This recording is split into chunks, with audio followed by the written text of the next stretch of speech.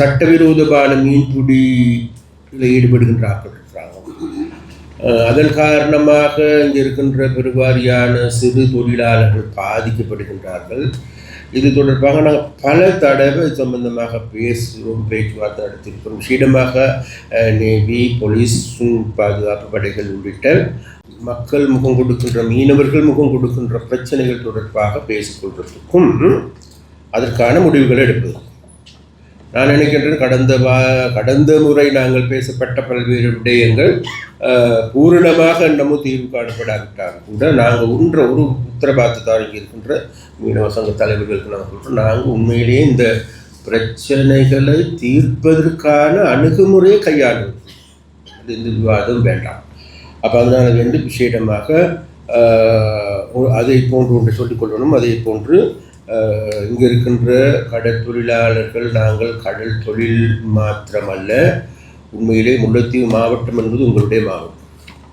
முல்லைத்தீவு மாவட்டத்தில் இடம்பெறுகின்ற அனைத்து செயற்பாடுகளும் உங்களுக்கும் பங்கு. அதனால வேண்டி எங்களுடைய அரசாங்கங்கிறது உண்மையிலேயே இந்த மீன்பிடித்துறைக்கு மாத்திரமல்ல, நாட்டில் உங்களுடைய கிராமங்களில் இருக்கின்ற வீதி பிரச்சனையா, குளங்கள் பிரச்சனையா, அல்லது ஏனைய பிரச்சனைகளா, பாடசாலை பிரச்சனை. அப்போ வரும்பொழுது கூட ஒரு பாடசாலைக்கு அடிக்கல் நாட்டு விழாவும் சேர்த்து வரும். இப்போ இதனால் வரைக்கும் அந்த பிரதேசத்தில் உண்மையிலேயே பின்தங்கிய பாடசாலை, பாடசாலை கட்டடங்கள் போதாது, வீதிகள் இல்லை. வீதிகள் தீர்த்திறதுக்காக வேண்டி பெருந்தொகையாக பணம் ஒதுக்கியிருக்கிறோம். பாடசாலைக்கான செயற்பாடுகள் முன்னெடுத்து வருகின்றோம்.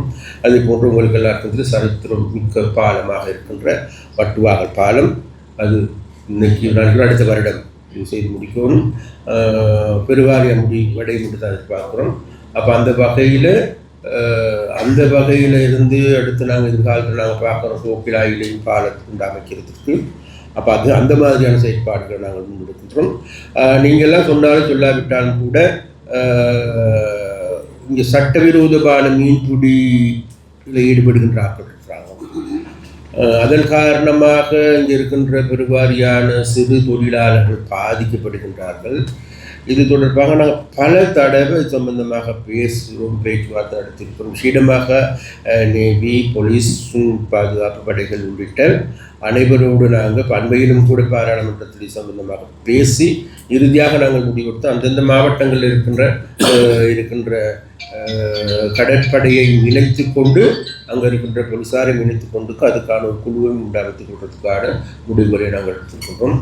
ஏன்கிட்ட அது வந்து உண்மையிலே ஒரு பூதகரமான பிரச்சனையாகவும் உணர்ச்சி பூர்வமான பிரச்சனையால் மக்கள் கூடுதலாக பாதிக்கப்படுகின்ற பிரச்சனையாகவும் இருப்பதன் காரணமாக அவைகள் தொடர்பாக நாங்கள் கூடுதலாக கவனத்தை செலுத்தியிருக்கின்றோங்கிறத இந்த இடத்துல நான் சொல்லிக்கொள்ள விரும்புகின்றேன். அதே போன்று இன்னும் ஒரு பிரச்சனை தான் விசேடமாக இங்கே இருக்கின்ற மக்கள் மத்தியில் கூடுதலாக பேசப்படுகின்ற பிரச்சனை தான் கரவலை சம்பந்தமான பிரச்சனை. அப்போ அந்த கரவலைக்கு மீண்டும் அனுமதி கொடுத்துட்டோமா, அல்ல மீண்டும் அவர்களுடைய காட்டுத்தனமான வேலைகளை செய்கின்றார்களா என்பது நீங்கள் இப்போ சொல்லணுங்க. அப்போ அது சொன்ன பிறகு நாங்கள் அதற்கான முடிவு எடுக்கணும். என்கிட்ட அன்றைக்கு அதுகளுக்கான முடிவுகளை எடுப்பதற்குரிய அதிகாரிகளும் இருக்கிறாங்க இந்த இடத்துல. அந்த வகைகளில் உண்மையிலே எங்களுடைய டிபார்ட்மெண்ட்டுக்கு டிஜியும் இருக்கார், அதே போன்று எங்களுடைய செக்ரட்டரியும் இருக்கிறார். அப்போ அதனால் அதுகள் சம்பந்தமாகவும் நாங்கள் பார்ப்போம்.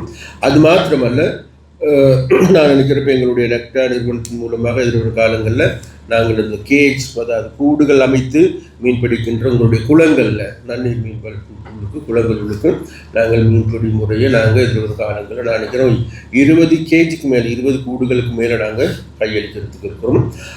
அப்போ அந்த கேஜ் ஒன்றுக்கு வந்து 5 பேர் கொண்ட குழு ஒன்று அமைத்துக் கொள்ள வேண்டும். அது சம்பந்தமாக எதிர்வரும் காலங்களில் நெக்டா நிறுவனத்தின் மூலமாக உங்களுக்கு கூடுதலான தெளிவூட்டலை ஏற்படுத்துவார்கள். அது வந்து பெரிய வேலை திட்டம் உண்டு, புதிய முறை உண்டு. நினைக்கிற ஒரு கூட்டில் மாத்திரம் 5 டன்னுக்கு அதிகமான மீன்களை நாங்கள் பிடிக்கலாம், மீன் வளர்க்கலாம்.